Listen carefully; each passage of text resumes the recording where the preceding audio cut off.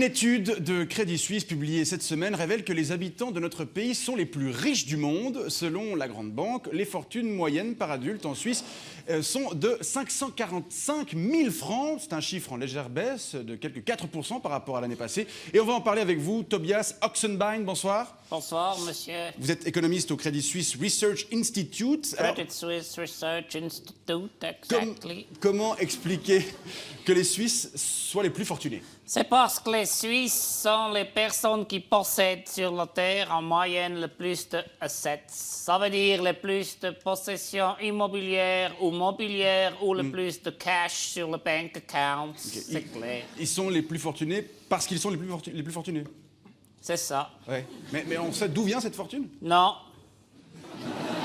Mais pour nous, c'est égal. Vous savez, nous, les banquiers, ça, qu'est-ce qui compte? C'est pas l'origine de l'argent, c'est le fait qu'il y a le plus possible. Comme ça, on peut le compter. D'accord. Et comment vous êtes arrivé à ce chiffre de 545 000 francs? Alors, on a utilisé une méthodologie très, très complexe que je peux malheureusement pas vous expliquer parce que c'est trop compliqué pour vous. Vous pouvez pas comprendre. Vous n'avez pas étudié au Schweizerisches Institut für Banken und Finanzen der Universität St. Gallen.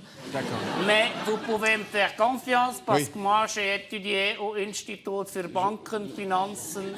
Institut für Banken, Finanzen, comment ça s'appelle? De Saint-Gall. Institut für Banken und Finanzen der Universität St. Gallen. Voilà. À Saint-Gall. Voilà. Très bien. Donc, quel bilan, quel enseignement vous tirez de cette étude? Quel bilan ou quel enseignement? C'est égal, choisissez. Je tire l'enseignement suivant, c'est que les Suisses, c'est les personnes sur la Terre qui ont le plus de fortune. Oui. Donc, c'est les plus fortunés. C'est la conclusion. Oui, alors ça on avait compris, mais au-delà de la comparaison avec les autres pays, quelle conclusion on peut tirer? Aucune. Parce que, comme vous avez dit, ce montant de 545 000 francs, oui. c'est une moyenne. Et la moyenne, c'est une donnée qui n'a aucun intérêt au niveau scientifique. Hein. Je vous donne un exemple. Oui. Prenez trois personnes qui possèdent... Vous voulez leur donner un nom? Alors, Jeannette, Vincent et... Vincent. Vincent, Qui pareil. possède... Jeannette possède 1 milliard. Vincent possède 10 000 et Vincent possède 20 000. La moyenne de ces trois possessions, c'est 343 millions de francs. C'est beaucoup. C'est beaucoup, oui. Donc la médiane... Non, la moyenne. La moyenne. C'est vrai que cette moyenne est un peu abstraite pour les personnes qui possèdent moins, en l'occurrence les deux Vincent. C'est ça, c'est complètement abstrait. Hein. Par contre, la médiane, ça c'est un chiffre qui est le plus intéressant. Oui. Hein. Ton autre exemple, la médiane, c'est 20 000 francs. Voilà, et la médiane, elle coupe l'échantillon en deux. Ça veut dire que la moitié possède moins que cette somme, l'autre possède plus. On en apprend donc davantage sur la structure de l'échantillon. Vous n'êtes pas si idiot pour dire que vous n'avez pas étudié au Institut Schweizerisches Institut für Banken und Finanzen der Universität St. Gallen. À Saint-Gall. Merci. À Saint-Gall, oui. Merci. C'est ça. Mais on est où maintenant? Vous avez déjà dit la phrase... Si on a calculé la médiane... Ah oui, oui, vous avez Si on avait calculé la médiane et non pas la moyenne, expliquez-nous. Voilà. C'est ça. Si on avait calculé la médiane et non pas la moyenne. Qu'est-ce qui se serait passé? Je sais plus. Oui, je sais de nouveau. Je viens de me souvenir. Des fois, je retrouve ma mémoire quand je baisse la tête, comme ça. Ou quand vous louchez des yeux. Le chiffre, il aurait été beaucoup plus bas avec la médiane. Oui, parce que, vous voyez, dans notre pays, il y a quelques gens très, très riches qui tirent la moyenne très, très haut.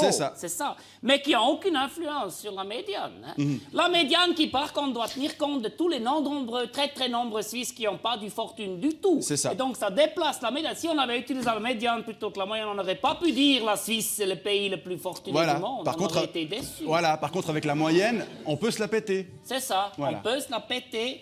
Vis-à-vis des autres pays, mais aussi ici, dans l'intérieur de la Suisse. Par exemple, vous-même, est-ce que vous avez plus ou moins que 545 000 francs sur votre bank account? Mais évidemment, beaucoup moins. Oui. Vous êtes donc au-dessous de la moyenne. Vous êtes pauvre, vous êtes ridicule. Moi, j'ai plus. Je suis au-dessus de la moyenne, je suis riche et je vous emmerde. Très bien. Bon, c'est un peu comme à l'école, hein, avec la moyenne de classe. Il suffisait que l'élève-cul fasse une très bonne note, alors que toute la classe s'est plantée, pour que la moyenne de classe soit complètement biaisée. Oui, et ceux qui avaient une bonne note, ils pouvaient humilier ceux qui avaient une mauvaise note. Et en plus, à la maison, ils rentraient, ils recevaient un petit camion de pompiers. Moi, je connais bien, je parle Vous en avez une collection? Une collection, alors que les nuls, ils étaient privés. dessert, le Rübli-Torte de Aarau, pour exemple. C'est quoi le Rübli-Torte? Une tourte aux carottes. Ah ouais? Rübli-Torte. Très bien. Donc pour résumer cette étude, c'est donc une collection de chiffres qui n'a aucun sens et qui permet juste de frimer vis-à-vis des autres pays et d'humilier les pauvres ici en Suisse. C'est juste.